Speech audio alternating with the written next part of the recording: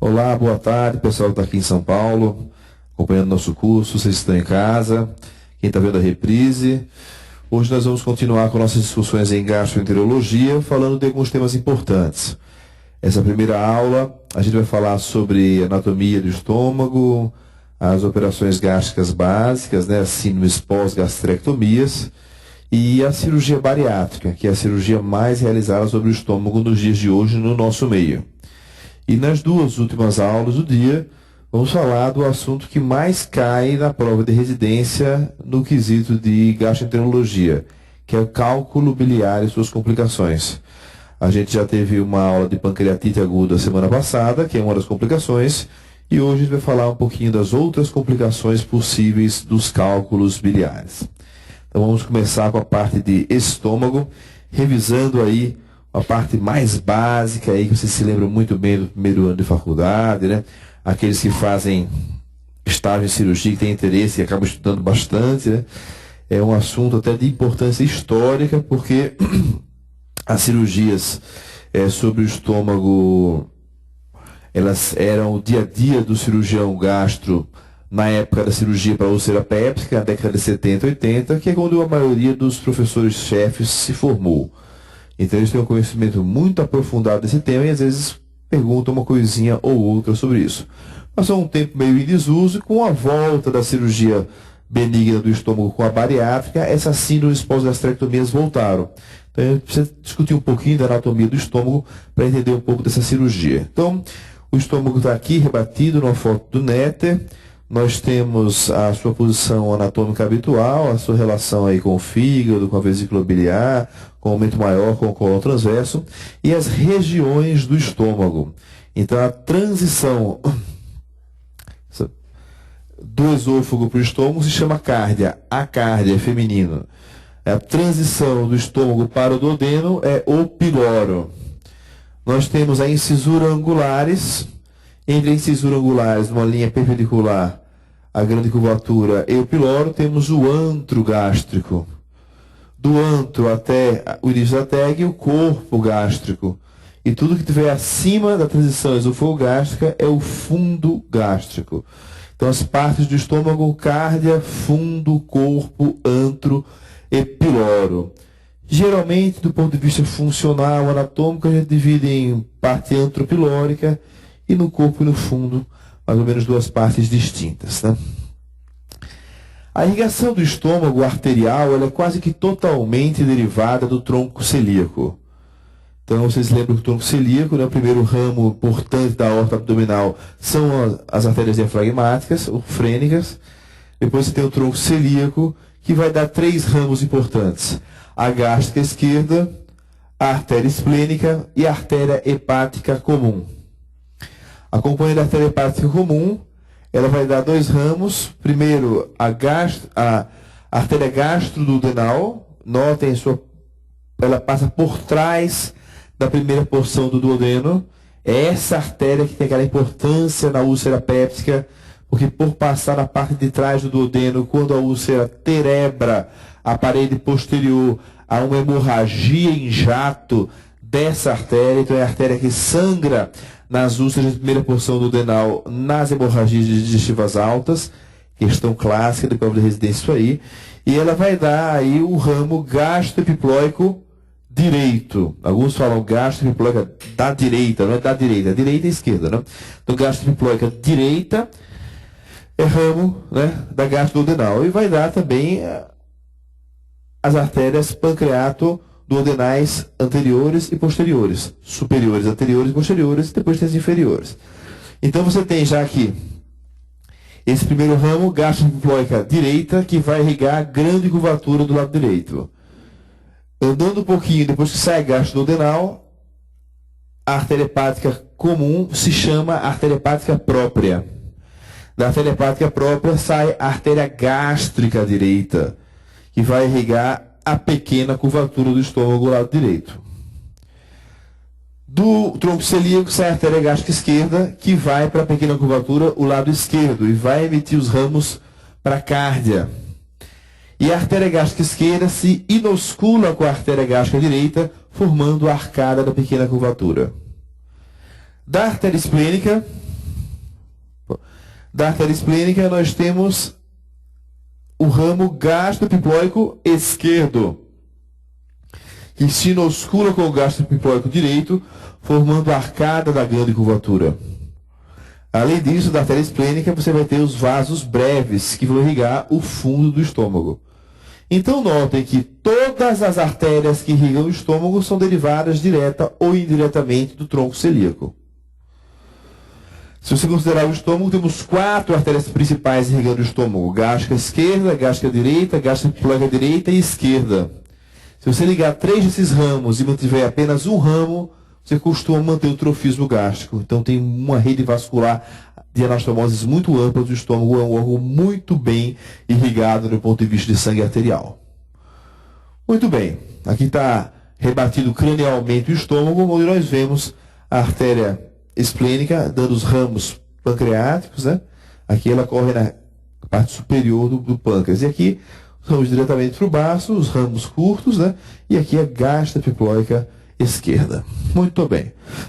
Com relação à drenagem venosa do estômago, nós vamos ver que ela quase que totalmente drena para a veia porta, que é um sistema porta-hepático sem válvulas e que vai dividir toda a pressão nesse mesmo sistema.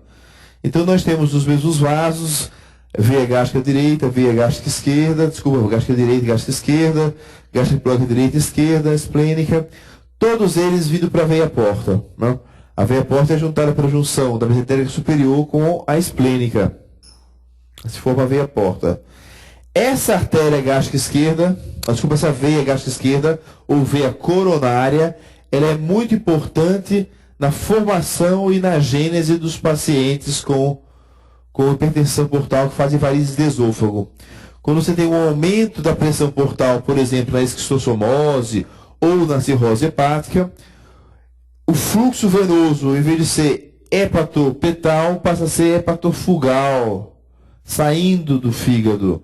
E aí, esses pequenos vasos do fundo gástrico, da TEG, eles vão se dilatar e vão dar as varizes de esôfago submucosas, que vão drenar esse sangue lá para o território da veia ásgos e hemiásgos do tórax.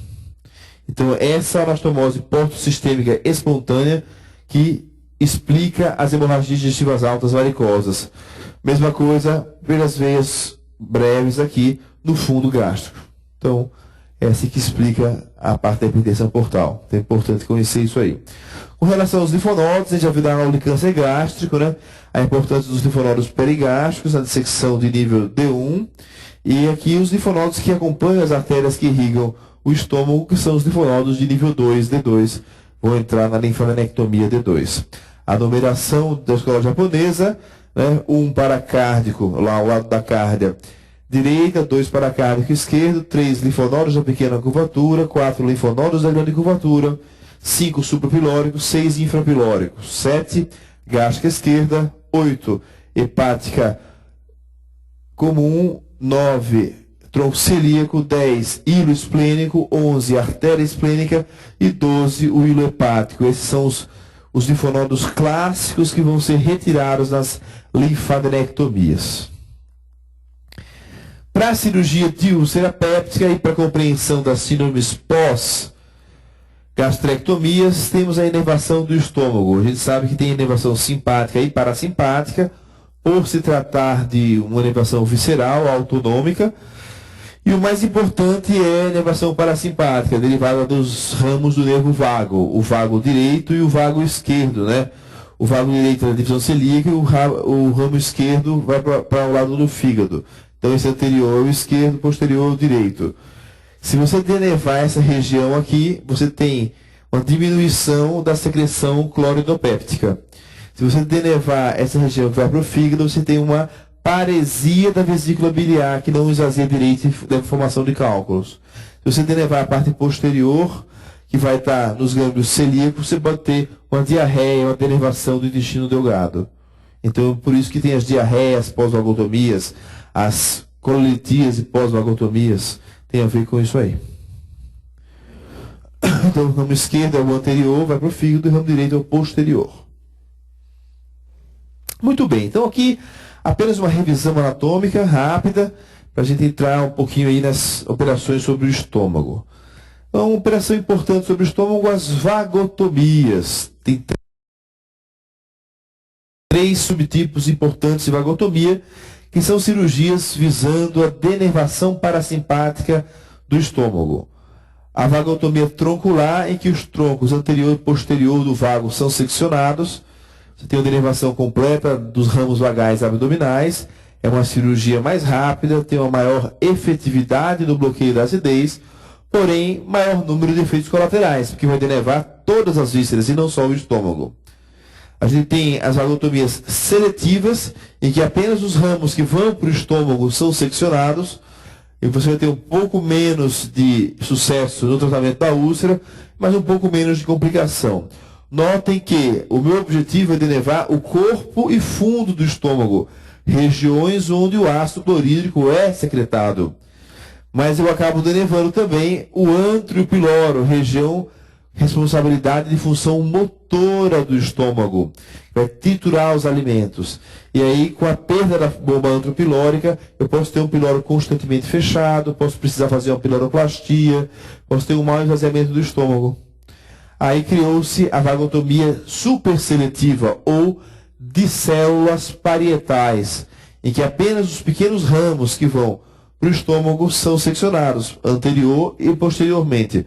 Obviamente que é uma cirurgia muito mais longa, mais difícil de fazer, tem que ser ligado raminho por raminho, e o índice de recidiva da úlcera é um pouco maior. Então são as vagotomias que se realizam sobre o estômago. Em relação às ressecções gástricas, qualquer tipo de ressecção pode ser realizada, mas os mais clássicos são a gastrectomia total,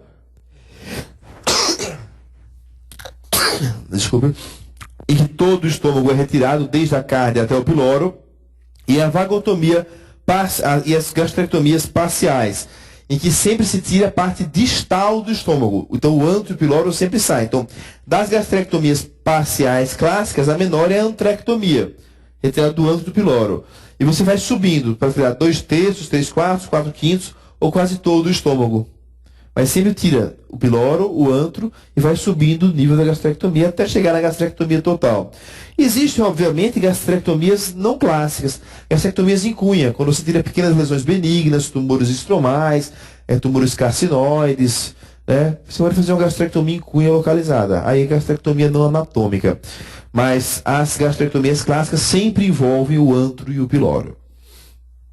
Então aqui, a classe é a gastrectomia total, secções no esôfago e no duodeno, e aqui as gastrectomias parciais, o clássico, antrectomia para doença benigna, para úlcera péptica, para tirar a produção de célula G, né, de gastrina, e aqui uma gastrectomia subtotal, que é o clássico para o câncer gástrico, quando não se faz a gastrectomia total. Então, para o câncer, geralmente é total ou subtotal. Para a doença benigna, para a úlcera, antrectomia. São as gastrectomias mais comuns, né? E quando se tira o estômago, como se faz para a reconstrução do trânsito alimentar? Existem mais de 50, 60 tipos diferentes de reconstrução.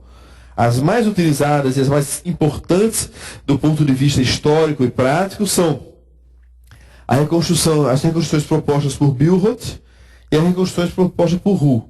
Então, o Theodor Billroth era um maestro de Viena, cirurgião também, e que ele propôs dois tipos de reconstrução depois de uma gastrectomia, no caso ele falou parcial.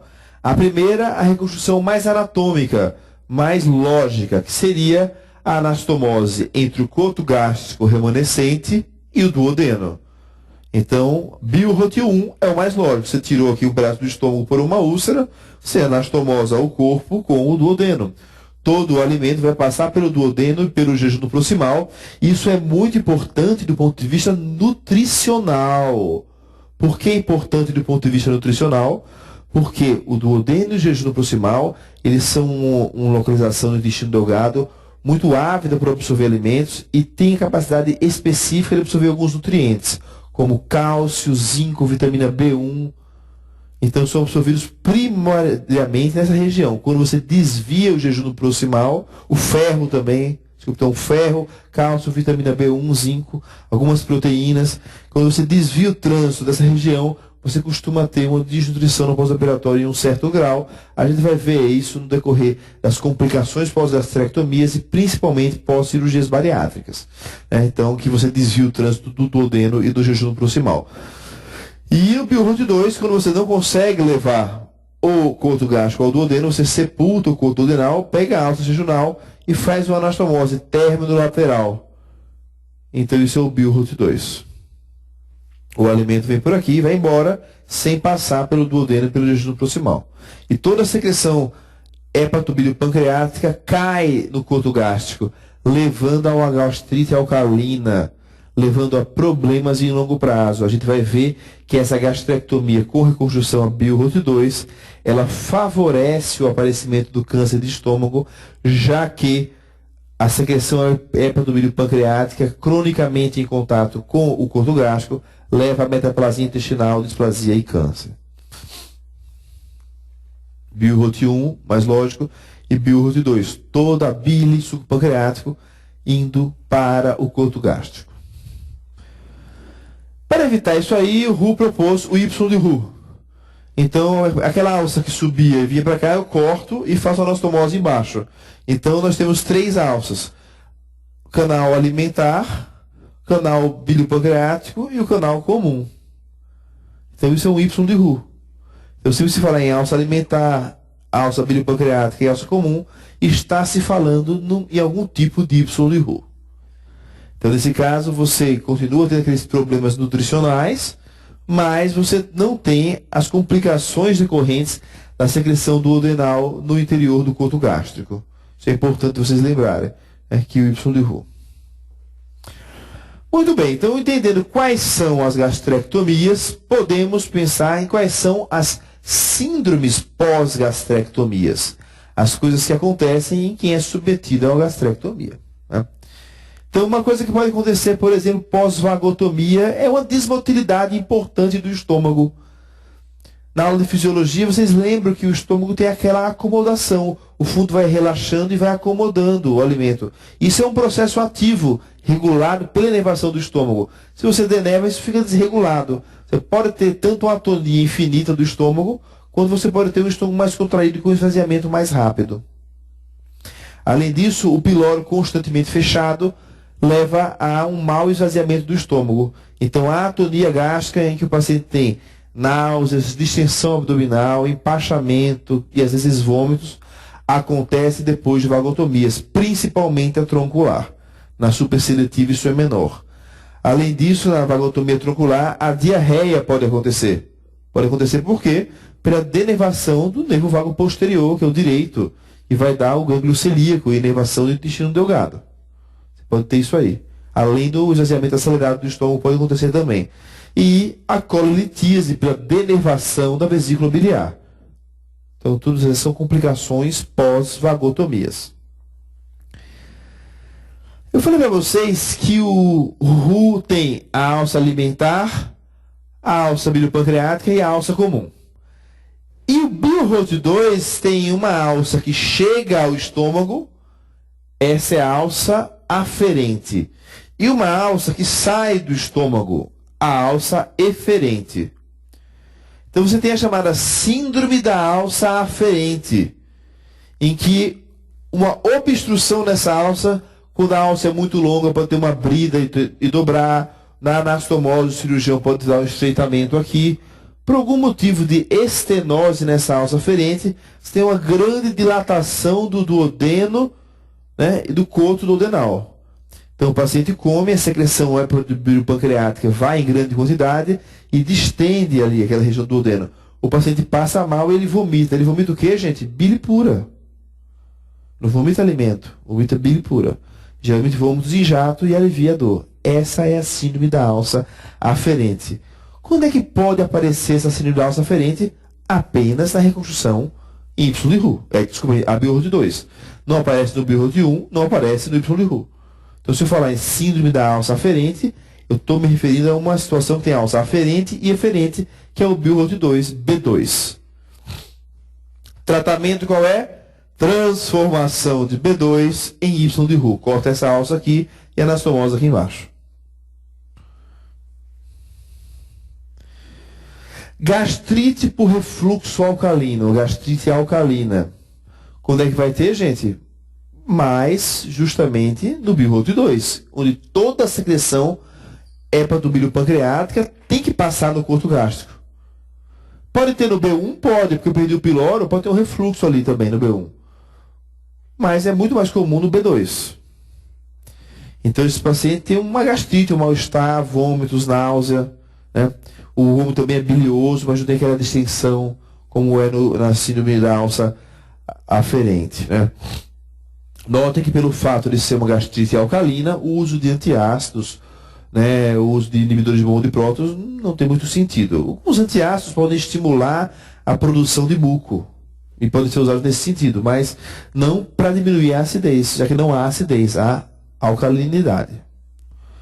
Então os tratamentos você vai tentar fazer o quê? Tirar esse ácido biliar, tirar essa secreção alcalina, para proteger a mucosa ou desviar esse refluxo alcalino do estômago, transformando o quê? Um BiROT2 no Y de Roux. Né? Então, geralmente, nesse caso, você pode dar quelantes dos sais biliares, alguns procinéticos para ajudar a esvaziar um pouco mais rápido, mas, no final de tudo, o que resolve mesmo é a transformação de BiROT2 em Y de Roux.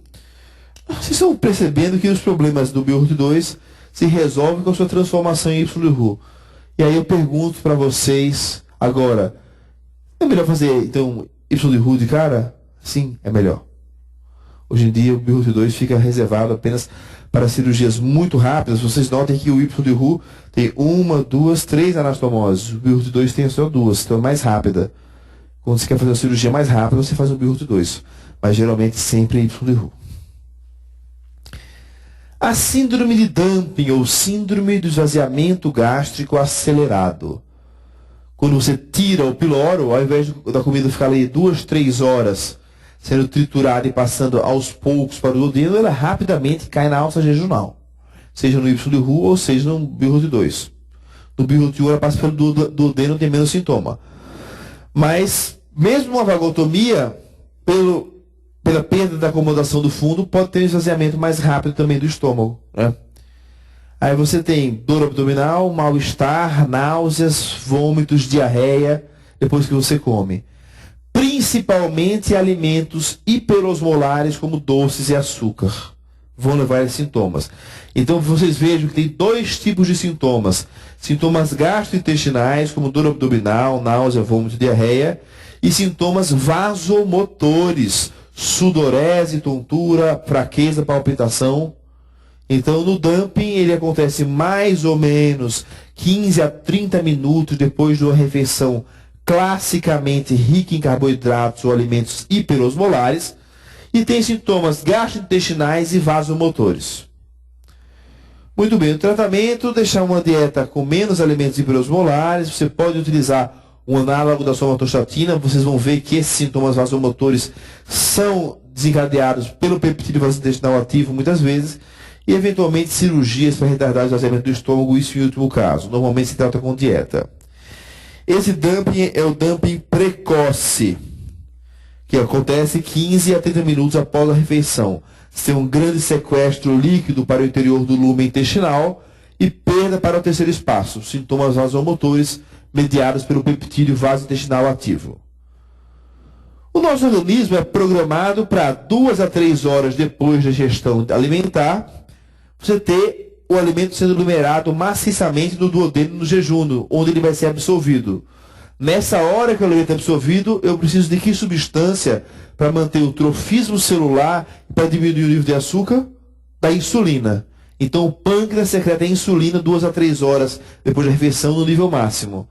Mas um paciente que não tem um piloro, que fez uma antrectomia ou uma gastrectomia, ele já absorveu os alimentos nessa hora.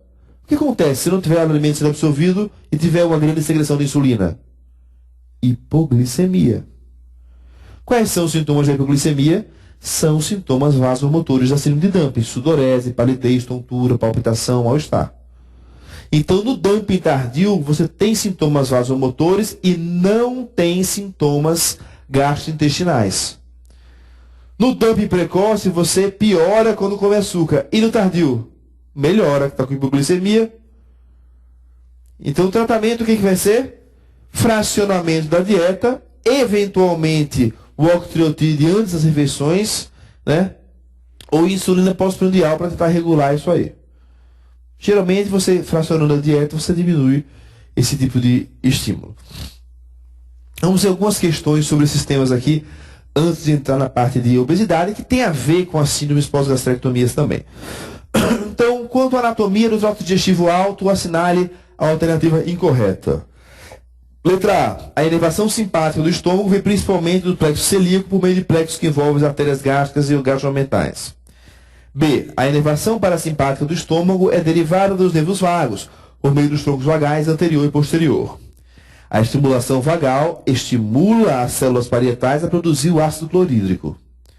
As anastomoses portosistêmicas têm grande importância clínica, principalmente as comunicações diretas entre a veia gástrica esquerda e as veias esofágicas.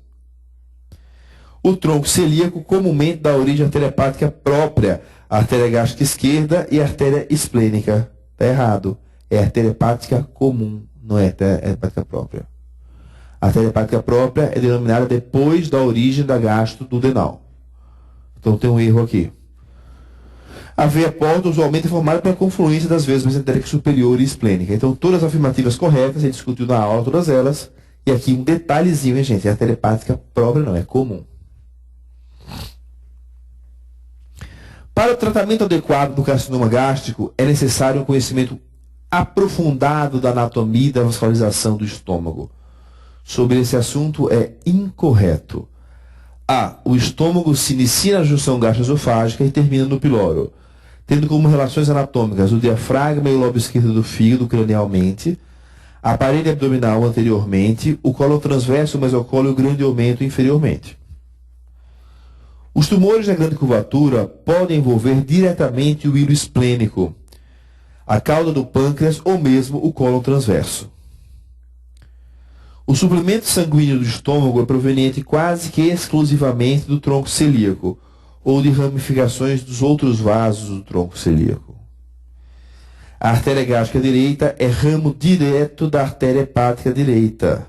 Errado. A artéria gástrica direita é ramo de que artéria? Da artéria hepática própria. Sai gastroduodenal, via hepática própria da gástrica direita depois. Vamos dar errado aqui, falo da hepática direita. E a artéria gástrica esquerda é ramo da aorta, não. É ramo do tronco celíaco. Então está errado as duas afirmativas aqui. O que é ramo direto da aorta, isso aqui são as artérias diafragmáticas. São os primeiros ramos da aorta abdominal. Durante uma gastrectomia subtotal, podemos realizar a ligadura e a secção da artéria gástrica esquerda, ficando o estômago remanescente irrigado pelos vasos esofágicos remanescentes, vasos curtos e o rico suprimento sanguíneo submucoso. A gente discutiu que ligando os 4 vasos, deixando só um, a gente consegue ter uma irrigação adequada do estômago. Né? Então, questões de anatomia, de vascularização, questões básicas. Eu acho que dos assuntos do primeiro ano, o que mais cai é a anatomia do estômago, na prova de residência, que sempre cai. Anatomia do estômago. Nas síndromes pós-operações gástricas é correto. A denervação gástrica proximal pode causar síndromes pós-operações gástricas. Tudo bem, né? Tudo certo, né? Pode causar? Pode. Vamos ver as outras. A gastrite de refluxo cralino é mais comum na gastrectomia com reconstrução a BioRot 1 do que na BioRot 2? Não. É mais comum na BioRot 2. A cirurgia bariátrica restritiva tipo banda ajustável, a gente vai ver no próximo resto da aula, não pode causar refluxo. Não, pode sim, causa bastante refluxo. O dumping tardio é mais frequente que o dumping precoce. Não, o dumping precoce é muito mais frequente que o tardio. Inclusive, para cirurgias bariátricas, por exemplo, é importante o dumping precoce. Assim o paciente não toma um monte de açúcar, sorvete, um monte de doce, leite condensado, senão passa mal e não quer comer mais isso. E emagrece. Tá?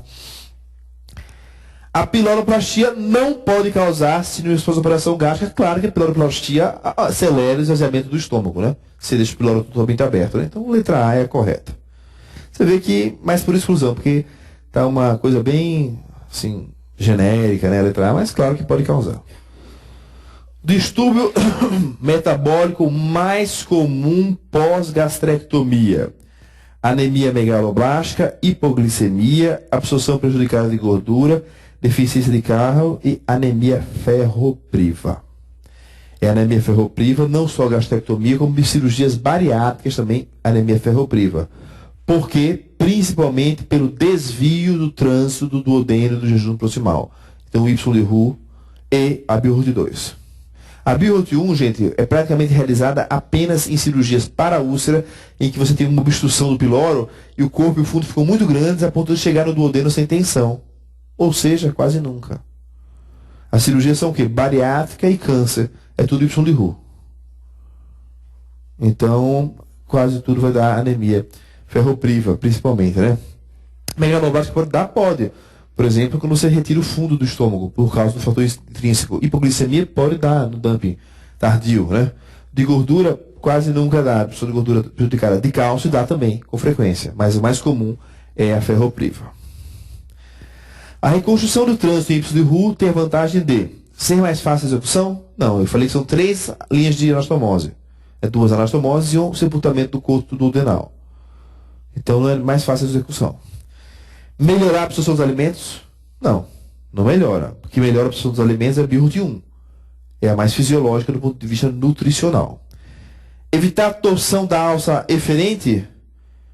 Sim, ela não tem alça aferente nem eferente, né? Tem alça alimentar, canal comum e biliopancreática.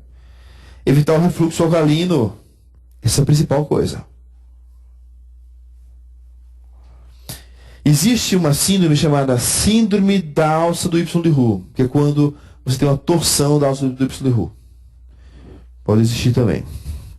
Evitar o refluxo ácido, não tem refluxo ácido, é o alcalino que é importante. Leia a passagem a seguir em que se observam 2 lacunas. A fase precoce da síndrome de dumping ocorre quanto tempo depois da refeição? Dumping precoce? 15 a 30, 90 a 120 ou 30 a 90? 15 a 30. Então vai ser A ou C.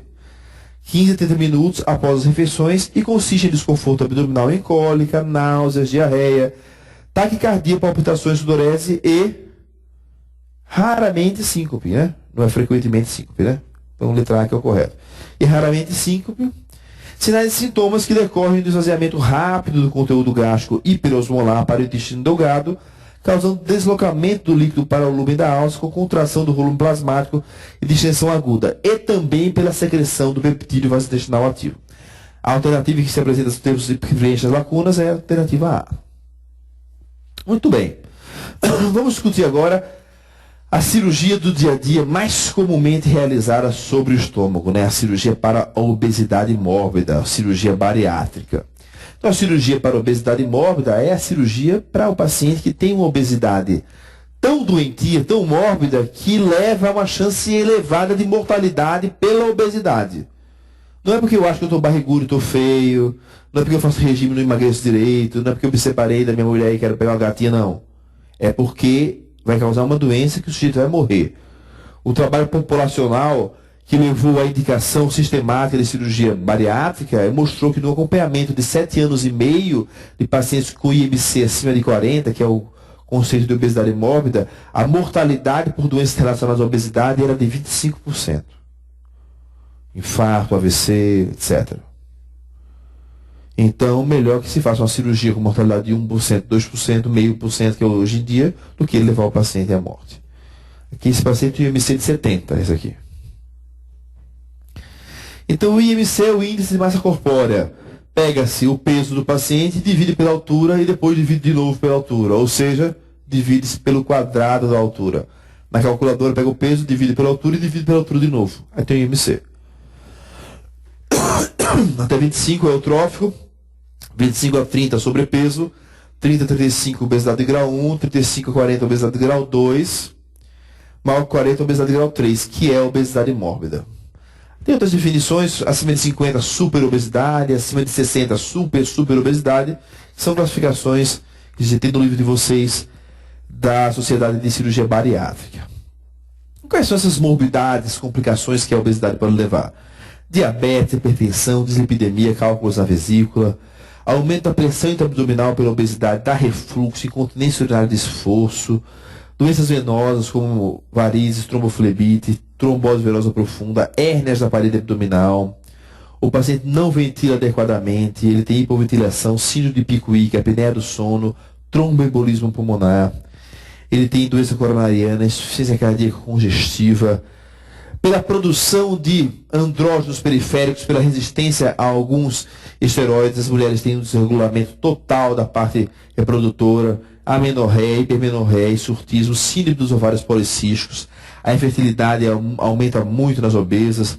O câncer de endométrio aumenta 5 vezes a chance, o câncer de mama 3 vezes, o câncer de ovário 3 vezes.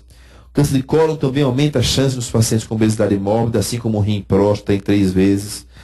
Esses pacientes, eles têm infecções constantes de pele, como tinha córporas de repetição, erisipela, celulites, eles se infectam no subcutâneo, eles têm maior chance de infecções pulmonares no pós-operatório, tem artrites, tem artrose, doenças articulares, maior risco de complicações cirúrgicas. Eles não conseguem comprar roupas adequadas, gastam muito dinheiro, não conseguem fazer higiene pessoal adequada, né? Eles não conseguem deambular, eles não conseguem subir escadas, não conseguem fazer esportes, é difícil fazer sexo, né? Isso aí leva a complicações psicológicas e psiquiátricas importantes, a isolamento social. Os pacientes gastam muito dinheiro com medicação, eles não conseguem fazer seguro de vida, eles têm que comprar roupa especial, ele é visto no trabalho como um sujeito preguiçoso, é mal visto, né? Ele gasta muito dinheiro com comida também, né? Isso é importante. E ele tem esse isolamento social, alterações neuróticas, depressão, autoestima super baixa e uma tendência maior ao suicídio. Então, por causa disso tudo, em 1991, o National Health Institute dos Estados Unidos propôs o tratamento cirúrgico para a obesidade mórbida. E essa indicação é o que vale mais importante até hoje, se deve gravar. Então, são os pacientes com índice de massa corpórea acima de 40 ou aqueles com índice de massa corpórea acima de 35 associado a comorbidez importante relacionada à obesidade, né? Em 2011 ele aumentou um pouquinho a indicação para banda gástrica ajustável nos pacientes com IMC um pouco mais baixo, desde que tivessem doenças relacionadas à obesidade. Aqui no Brasil a gente tem o consenso bariátrico, né, em que se diz quais são as técnicas cirúrgicas que possam ser utilizadas e que pacientes são esses, né? Então a resolução do Conselho Federal de Medicina em 2010 corrobora com essas ideias do Conselho Bariátrico, do consenso bariátrico, e é o que deve ser gravado por vocês para a prova de residência. Vocês têm a resolução do Conselho Federal de Medicina, isso é o mais importante, né? Então aí tem um link para vocês acessarem na internet. Então seriam indicações cirúrgicas: IMC acima de 40 ou entre 35 e 40 na presença de comorbidez. Diabetes tipo 2, apneia do sono, hipertensão arterial, dislipidemia, doença coronariana, osteoartrites e outras. Eles estipularam situações adversas em que a operação bariátrica teria um maior risco e não deveria ser feita rotineiramente. Então, os pacientes com risco anestésico muito elevado, os P4 pela classificação de ASA, pacientes com hipertensão portal e varizes de esôfago, lembrem-se que esses pacientes com obesidade podem ter esteatohepatite não alcoólica, que levando a cirrose também, né? O paciente com a limitação intelectual significativa que comprometa a sua capacidade de manter uma nutrição adequada no pós-operatório, né? E quando não tem um suporte familiar adequado. Ou um transtorno psiquiátrico não controlado, incluindo aí o uso de álcool e drogas ilícitas, né? Quadros graves, mas controlados, não contraindicam totalmente. E que cirurgias podem ser feitas? São cirurgias que podem ser feitas por via laparoscópica ou por via laparotômica e se classificam pelo mecanismo pelo qual levam o paciente a emagrecer. Os mecanismos podem ser 2: ou a restrição à ingestão de alimentos ou uma desabsorção, uma restrição à absorção dos alimentos. E existem os tipos mistos de cirurgia, em que há um fator restritivo associado a um fator desabsortivo, né? Hoje em dia as cirurgias são praticamente mistas ou restritivas, as cirurgias puramente desabsortidas, elas foram abandonadas pelo alto grau de complicações, né? E nas mistas a gente tem as predominantemente malabsortivas, o paciente consegue comer uma quantidade razoável de alimento, porém ele não consegue absorver, dentre elas o duodenal switch e a operação do Scopinaro, que são essas duas aqui. E as predominantemente restritivas, que é a derivação Y de Roux, que é a operação de Fob Capella e suas modificações. Em laparoscopia se chama Whitgrove Clark, que foi o cara que fez essas técnicas. E as puramente restritivas, em que você pode colocar um balão dentro do estômago, é uma técnica endoscópica, ela serve muito como um preparo pré-operatório antes de uma cirurgia maior, por exemplo, seja ela bariátrica ou não. Então o paciente tem 300 quilos, vai ser submetido a cirurgia cardíaca ou uma cirurgia de hérnia, você pode colocar um balão antes para diminuir o risco cirúrgico, entendeu? É uma maneira. A banda gástrica ajustável, cada vez menos utilizada, e as gastroplastias, a vertical, que é hoje em dia bastante utilizada. No balão intragástrico, se coloca um balão no estômago, ele é insuflado com líquido, ele fica aí 6 a 8 meses, dá um start, o paciente começa a perder peso, e se o paciente aderir a um sistema de atividade física e uma dieta adequada, ele consegue manter essa perda de peso em longo prazo. Temos a foto de uma radiografia onde se vê o balão. O balão, obviamente, pode obstruir, etc., mas ele consegue fazer com que o paciente perca peso, né? Então, como qualquer cirurgia que você restringe um pouco a ingestão, você tem uma chance maior de refluxo, né? Então, os pacientes com muito refluxo não deve fazer. E a principal indicação é o preparo pré-operatório de pacientes com superobesidade, IMC acima de 50, né? Mas você pode utilizar como start, como começo para um novo procedimento.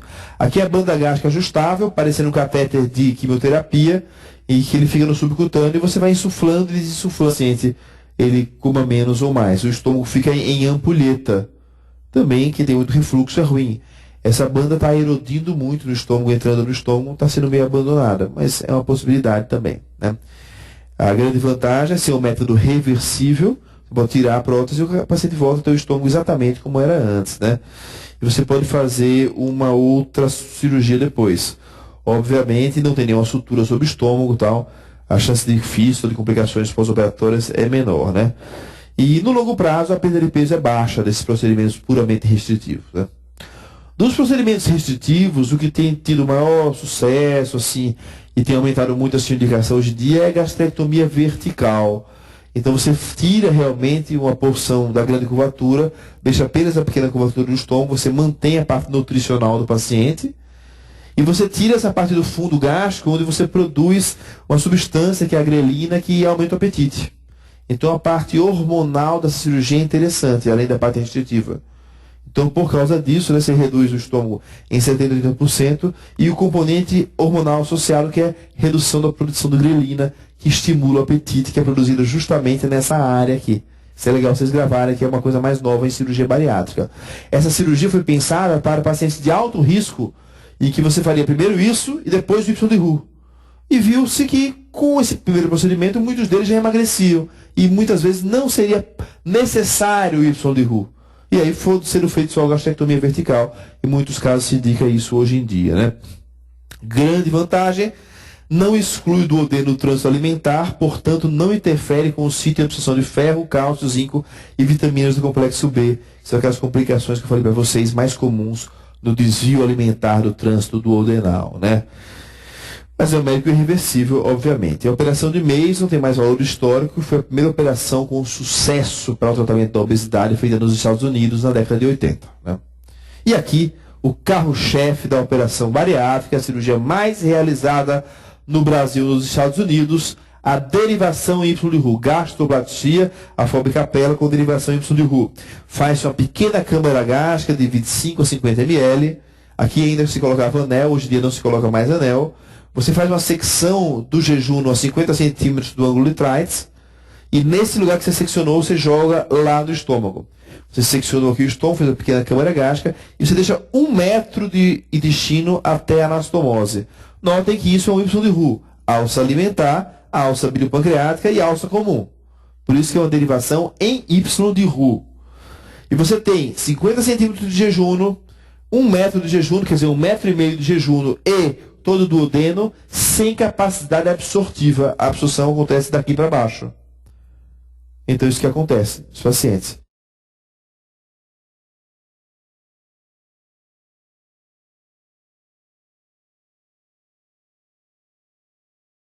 Esse estômago não é retirado. Essa é a cirurgia bariátrica mais comum quando se fala em cirurgia bariátrica e não se fala técnica, se parte do pressuposto que foi feita essa técnica aí, né? Hoje em dia não se coloca mais o anel, é uma cirurgia que a gente tem um bom resultado, um resultado conhecido em longo prazo, a gente vai discutir mais pra frente. Aqui a operação de Scopinário, que é a mista predominantemente desabsortiva. A cirurgia de Capella é místula predominantemente restritiva, o fator restritivo mais importante. Notem que no Scopinário, você faz a anastomose bem próxima à válvula ileocecal, 50 centímetros da válvula ileocecal. Isso faz com que as enzimas digestivas só se misturem aos alimentos nesses últimos 50 centímetros. Então a desabsorção é muito grande. E se os pacientes aí, eles ficam com uma certa diarreia, uma certa esteatorreia, principalmente quando comem gorduras, tem uma certa urgência fecal e gera alguns gases mal cheirosos, né? Eu conheci uma enfermeira que ninguém ficava perto dela no centro cirúrgico porque ela vivia eliminando os flatos mal cheirosos, que são denominados de ninjas. São pequenos, né? E mortíferos, né? Silenciosos também. Então, isso aí dá esse problema aí. Mas tem pacientes que têm retardo mental, não conseguem fazer uma dieta restritiva. Naquela cirurgia de Capella, ele tem que mastigar bem os alimentos, porque ele fica com a anastomose pequenininha, tem que ter um cuidado nutricional. Aqui ele pode comer qualquer coisa, então não tem essa restrição tão grande. O estômago fica grande, fica com uns 400 ml. Então a gente usa muito para paciente com mais limitação intelectual, né? O duodenal switch, você tem um pouco menos de desabsorção, é a 1 metro da válvula ileocecal. Você faz a gastrectomia vertical e a anastomose depois do piloro. Então o paciente consegue comer um pouco melhor e tem mais o sistema desabsortivo. Praticamente não é realizada mais essa aqui. E a FOB Capella aqui, laparoscópica, feita como é nos dias de hoje, né? É uma câmara gástrica pequena, derivação Y de rua, anastomose enteroentérica, é a mais realizada, é a padrão ouro. Complicações mais comuns, se for de cirurgia aberta, parede abdominal, seromas, infecção, hérnia de parede abdominal, e a mortalidade por trombose venosa profunda com embolia pulmonar e por fístulas da anastomose. A mortalidade por trombose tem diminuído muito. Hoje em dia a gente tem a mortalidade global em 0,4%, 0,3%. A mortalidade por fístula também diminuiu um pouco, mas ainda é presente. Mas a por TVP, você mantém o paciente 15 dias com clexane em casa, usa meias de compressão intermitente no intraoperatório, é muito mais raro.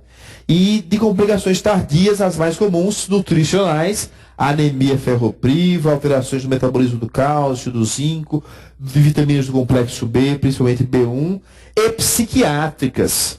Notem que o paciente não chega com IMC de 50 à toa. Eles costumam ter um comportamento compulsivo, algum problema básico psicológico. E você tira o componente alimentar desse paciente, que muitas vezes era a válvula de escape dele. E aí o paciente algumas vezes fica deprimido, outras vezes passa a abusar de álcool, a abusar de drogas. E se ele abusa de álcool com a restrição alimentar, ele vai ter uma desnutrição grave por oligoelementos e vitaminas. Então, complicações nutricionais e psiquiátricas são frequentes no pós-operatório. É importante ter o acompanhamento desses pacientes. Outras complicações comuns, a impactação alimentar. Se come uma carne, não mastiga bem, não tem a função motora do estômago mais, fica presa na anastomose, o resto do alimento. O efeito dumping, que é até desejável para que ele não coma muito açúcar. Anemia ferropriva por vitamina B12, por ácido fólico. E o aumento do turnover ósseo, diminuição da massa óssea, por redução na absorção de cálcio, já falei, e também de vitamina D. Com relação aos hormônios envolvidos na ingestão alimentar e na saciedade, a grelina é o mais importante, vocês lembrarem. Ele é um potente estimulador do apetite, secretado pelo estômago e pelo duodeno, principalmente pelo fundo do estômago. Quando você faz a gastrectomia vertical, você tira esse estímulo alimentar da grelina. A leptina é produzida por adipócitos do estômago e da placenta, e a elevação reduz a ingestão alimentar. Ele é um inibidor, enquanto a grelina é o estimulador, ele é um inibidor, né? E aumenta o gasto energético, a leptina. A colecistocinina, que além de dar mobilidade da vesícula biliar, o duodeno e o jejum são os principais liberadores, ele suprime o apetite e retarda um pouquinho o esvaziamento do estômago, promovendo a saciedade. Então, qual é o potente estimulador? A grelina. A leptina e a colecistocinina são inibidores do apetite. Após a cirurgia, os níveis de grelina e colecistoquinina ficam com níveis mais baixos e de leptina mais elevados. Esses fatores em conjunto podem contribuir para a redução da ingestão de alimentos. E quais são os resultados da cirurgia bariátrica? Redução na capela 35 a 40% do peso, 50 a 60% do excesso de peso. Ele perde no primeiro ano e estabiliza o peso entre o primeiro e o segundo ano, na média, 1 ano e meio depois da cirurgia. E depois, dos primeiros anos, ele começa a burlar um pouco a cirurgia, aprender a comer um pouco mais e tem um leve aumento de peso. Depois de 10 anos, alguns pacientes voltam a ser obesos, normalmente num nível menor do que eram sempre, mas tem um certo aumento de peso no pós-operatório tardio. Mas a gente espera que ele mantenha uma perda aí de 50% da redução do excesso de peso que ele teve. Melhora o diabetes, melhora a apneia do sono, hipertensão, hiperlipidemia e reduz a mortalidade relacionada a doenças causadas pela obesidade em 9 vezes. Então, tem um impacto muito grande na redução de mortalidade, por isso que é tão estimulada, né, essa cirurgia nos dias de hoje. E o paciente fica altamente satisfeito. Muito bem, vamos ver algumas questões relacionadas à cirurgia bariátrica. São verdadeiras as afirmações a seguir referentes à cirurgia bariátrica, exceto: letra A. A cirurgia está indicada para pacientes com IMC maior que 40, sem comorbidades associadas, ou com IMC maior que 35, com uma comorbidade clínica associada ou agravada pela obesidade. Certo. A banda gástrica ajustável é um exemplo de cirurgia exclusivamente restritiva, sim. Enquanto a derivação gástrica Y-Roux e a exclusão do duodenal, do duodenal switch, são exemplos de restritivas e desabsortivas mistas. Tá certo. A gastroplastia vertical em banda apresenta resultados de perda de peso ruins a longo prazo, além de complicar frequentemente com a estenose tardia da saída gástrica. A exclusão do duodenal, ao contrário da derivação Y-Roux, não interfere na fisiologia da grelina. Claro que interfere na fisiologia da grelina, porque o duodenal switch você tem a ressecção de toda a grande curvatura do estômago, né? A gente vê que do duodenal switch você tem a gastrectomia vertical, é um dos passos do duodenal switch. Então é importante conhecer como são as cirurgias, porque tem caído em prova de residência. Em um pré-operatório de cirurgia bariátrica com técnica restritiva e desabsortiva, um paciente deve estar ciente das complicações pós-operatórias e dos cuidados que deve ter no acompanhamento nutricional. Sobre essas orientações, analise as afirmativas. 1. A abordagem laparoscópica melhora a morbidade, diminuindo a incidência de hérnia incisional e atelectasia. Praticamente é nula a incidência de hérnia incisional na laparoscopia. Na laparotomia é muito alta. Em relação às complicações respiratórias, a gente sabe que uma laparotomia no abdômen superior complica mais a função respiratória do que até uma toracotomia algumas vezes. Então, realmente, a gente tem menos complicações respiratórias e de parede com a laparoscopia. Quadros de depressão pós-operatória grave podem se desenvolver depois de qualquer operação bariátrica. Sim, a gente viu que são comuns, são distúrbios comuns do pós-operatório tardio. A estenose da gastrojejunoanastomose exige reoperação para normalização do trânsito intestinal. Aí nem sempre você pode tentar dilatar com balão, etc. Pacientes com quadro de vômito persistente podem evoluir com encefalopatia de Wernicke e a prevenção é feita com a administração de tiamina, correto? São os distúrbios de absorção de vitamina do complexo B, principalmente aí a B1, no caso. Então estão corretos 1, 2 e 4, 3 está errado, porque o tratamento da estenose costuma ser primeiro por dilatação endoscópica. Levando em consideração as cirurgias para o tratamento da obesidade, a técnica possui um mecanismo exclusivamente restritivo. Derivação Y-Roux, restritivo e desabsortivo. BIOT 1 e BIOT 2 não são cirurgias de obesidade, são reconstruções após gastrectomias. Exclusão do duodenal é mista. Banda gástrica ajustável é exclusivamente restritivo. Balão é exclusivamente restritivo. Cirurgia de Mason é exclusivamente restritivo. Gastrectomia vertical é exclusivamente restritivo. O resto é mista. Muito bem, pessoal. Vamos dar uma paradinha agora, descansar e tomar um cafezinho. E voltamos aí com a segunda aula falando sobre colelitise e suas complicações. Obrigado pela atenção de vocês por enquanto.